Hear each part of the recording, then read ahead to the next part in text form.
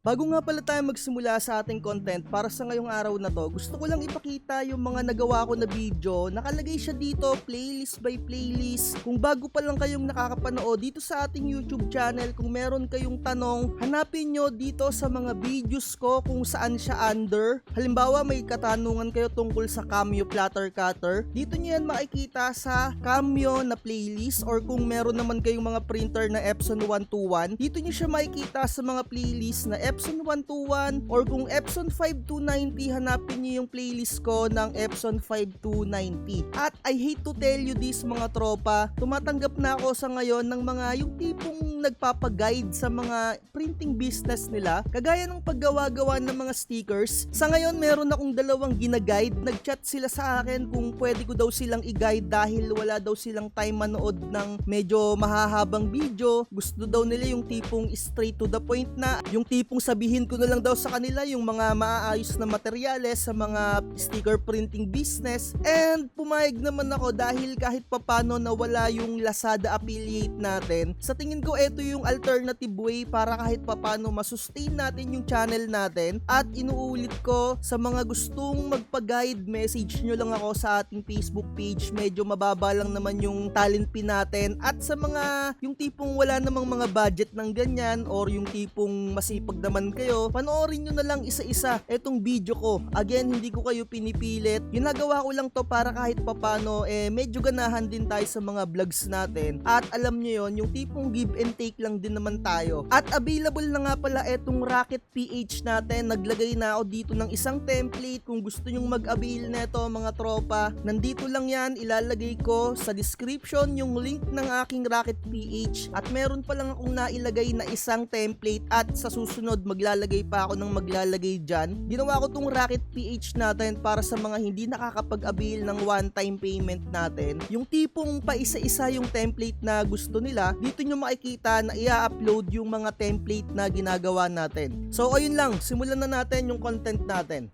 3 days ago may nag-comment sa atin dito sa YouTube channel. Kung tutuusin, medyo napakadali netong tanong netong tropa natin. Pero syempre yung mga newbies or yung mga bago pa lang sa printing, hindi nila alam yung mga ganitong bagay. Kaya kahit papano, sinasabi ko nga sa inyo, lahat ng mga weird na question, itanong nyo lang dyan sa comment section natin. Kahit na yung tipong pang-beginner talaga, sasagutin natin yan. At eto yung tanong nung tropa natin. Sabi niya dito, can you make a video sa pag-nozzle check? Thank you po. So sa mga hindi nakakaalam, ang nozzle check or yung pag-nozzle check, kailangan nyo yung gawin dahil dyan yung nalalaman or dyan yung malalaman kung maayos yung inyong mga printer head, kung hindi siya nagbabara, at kung natutuyuan siya ng mga ink. Bago kayo mag-print ng mga inyong mga project, kapag bukas ninyo ng mga printer at yung tipong bago nyo pa lang siya bubuksan ngayong araw na to, bago nga kayong mag-print ng inyong mga project, magna-nozzle check muna kayo. Siyempre para makita ninyo yung mga ink lines ng mga bawat colors ng inyong mga printer dapat kumpleto. At without further ado, saan makikita yung nozzle check na yan at paano gawin? Dito lang yan. Pupunta lang kayo sa may lower right ng inyong mga computer. Siyempre kapag na-install nyo na yung inyong mga printer, yung mga drivers nila, automatic na yan. Meron lumalagay dito na Epson monitoring, depende kung anong model ng printer ninyo. Halimbawa, eto nga Epson 5290 yung ating gagamitin sa pag-print ng nozzle check. Right click and makikita nyo na kagad dito yung printer head nozzle check. And lalabas tong administrative tool na to, kiklik nyo lang yung print. Make sure nakabukas yung inyong printer at maglagay kayo ng scratch paper or malinis na papel para makapag-print ng nozzle check na. At antayin nyo lang siyang lumabas. So eto, nagpiprint na siya dito sa ating printer. At eto na, lumabas na yung ating nozzle check. At mga tropa, sa nozzle check, bawat printer brands iba-iba yung nakalagay sa kanila. Kagaya ng mga Canon, HP, or Brother. Once na nakapag-print na kayo, eto hahayaan nyo lang muna tong naka-standby dyan. So syempre, ipapakita ko sa inyo yung ating nozzle check. Ganito yung itsura ng nozzle check ng ating Epson printer. Inuulit ko, bawat printers, model, or brand ay magkakaiba ng itsura ng kanilang nozzle check. Mamaya ipapakita ko sa inyo yung nozzle check ng brother printer. So dito sa nozzle check ng Epson, ganito yung makikita ninyo. Serial number, eto yung nasa printer ninyo na nakatatak or merong sticker, at yung firmware version na naka-install sa inyong printer, at yung number of prints kung nakakailang borderless kayo, kung ilang colored, ilang black and white, ilan yung may border, ilang beses nyo nang nagamit yung ADF sa pag-photocopy, at yung total page na napiprint dyan sa inyong mga printer, at kung kailan kayo first time na nag-print. So kagaya nga na sinabi ko, paulit-ulit tayo, kung hindi Epson 5290 yung inyong mga printer, maaaring hindi ganito yung itsura na makikita ninyo. So ano ba yung pinaka-importante dito? Eto ang pinaka-importante, yung ink lines na to. Yang tatlong yan at etong isa. Etong tatlo yung colored, etong isa naman yung black. Kung 6 colors printer yung gamit nyo, meron pa kayong another na tatlo na makikita pa na ganito. Or minsan, solo-solo talaga dito. Solong ganitong print na black, solong dilaw, solong magenta, solong cyan, and light cyan, solo-solo yan. So sa mga 4 colors, ganito. So sa mga workforce printer, usually dalawang black yung nakalagay, minsan tatlo pa, yung mga ganyan. Iba-ibang printer, iba-iba yung makikita ninyo na output dito. Pero ang importante, walang butas dapat yung inyong mga kulay-kulay dito. Walang butas sa dilaw, walang butas sa yellow, walang butas sa magenta, walang butas dito sa cyan, walang butas sa black. Dito sa black, kahit isang magkaroon lang dito ng butas, once na mag-print kayo ng black or mag-photocopy kayo, talagang sasablay na. At ganun din naman sa mga colored na to. Pero may time na once na yung isang parte dito butas, minsan okay pa rin. Pero once na yung butas na yon talagang magagamit dun sa color na ipiprint mo, talagang makikita mo meron siyang patlang or meron siyang guhit na walang print dahil barado or maaring sabihin na natin sa katagalan nasisira talaga. So dito mga tropa, nakikita nyo na rin kahit papano yung alignment ng printout ng inyong mga printer. Sa susunod, yung alignment naman yung ipiprint natin sa next natin na itatopic yan. Kagaya nito, no, straight lang siya pero dito umaangat siya ng konti. Dapat ganyan. Magiging factor din to ng pagpangit ng print, pero sabihin naman na natin na hindi naman siya masyado halata dahil ang importante pa rin kumpleto yung guhit niya, 'di ba? Ayan oh. Dapat medyo umaangat-angat pero sa susunod tatalakayin natin yung alignment. Ayan, at least meron na kayong idea. Every time na magpiprint kayo ng project, kung kinabukasan magpiprint kayo ng halimbawa full picture, yung purong colored, isang buong papel, para hindi kayo masayangan, kailangan magprint muna kayo ng ganito para makita ninyo. So, anong gagawin natin kapag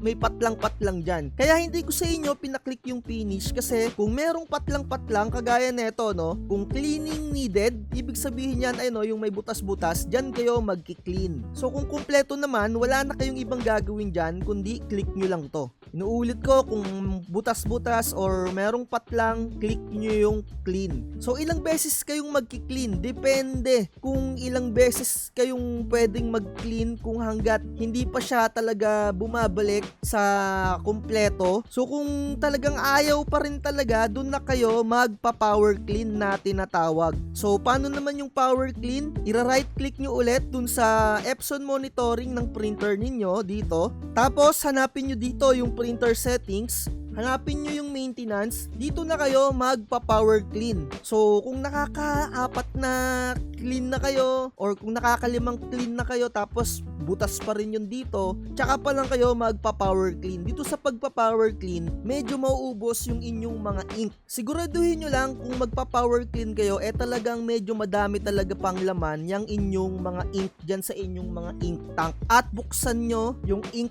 tank ninyo, iangat nyo yan para maayos yung paghigop or pagbuga ng inyong mga printer head at talagang mawala yung bara, 'di ba? So make sure na bubuksan ninyo yung mga takip ng inyong mga ink tank. Talagang marami kayong makukonsume na ink. Hindi ko lang maalala kung ilan yung eksaktong dami, pero marami talaga as in. So kung hindi nyo makita mga tropa yung ganitong Epson monitoring, yung ganitong printer dito, hahanapin nyo yung control panel. So, control panel, click nyo to, tapos hardware and sounds, tapos devices and printers. Hanapin nyo yung printer na ginagamit nyo, and hanapin nyo yung printing preferences, and hanapin nyo tong maintenance, tapos yung settings dito, click nyo tong monitoring preference, and kailangan nakacheck etong shortcut icon para lumabas etong printer dito sa pinaka lower right ninyo. Kasi minsan wala to, or minsan bigla-biglang nawawala. Kaya make sure naka-check yung select shortcut icon para isang right click nyo lang dito, pwede na kayong makapag head clean, 'di ba? So ipapakita ko naman sa inyo mabilisan yung nozzle check naman when it comes sa Brother printer. Ito lang yung napiprint nila sa mga Brother printer. Etong nozzle check na to from Brother printer P300. Ito yung magenta na medyo nahaluan ng kulay black. Ito naman yung cyan, ito naman yung dilaw, and ito yung tatlong black. Ayan, kung nakikita ninyo, solo-solo siya. Unlike dito sa isa nating nozzle check na Epson, talagang ganito, 'di ba?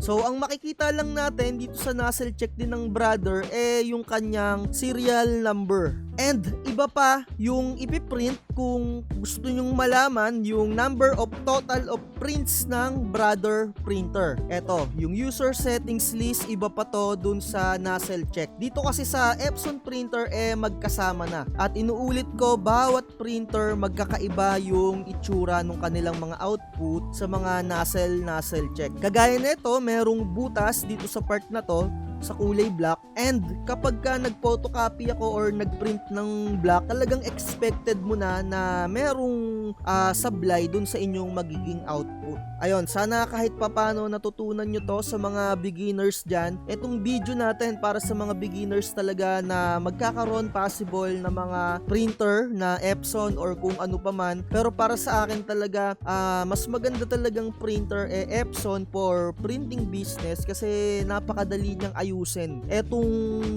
Brother printer talagang nakaka-bad trip talaga tong ayusin. Kaya kahit papano nilalayo ko kayo sa stress ng pag-disassemble ng Brother printer. Talagang sakit sa ulo, mababad trip ka pa. So siguro dito na natin tapusin yung vlogs natin na to. Again, sa mga gustong magpa-guide, kung ayaw nyo na nanonood ng mga mahabang videos, message nyo na lang ako sa ating Facebook page para kahit papano meron ka ng pinagtatanungan and mababa lang naman yung ating hinihinging talent fee at hindi ka na talaga mahihiya magtanong ng magtanong nun, 'di ba? Syempre kahit papaano bayad ka na sa akin, 'di ba?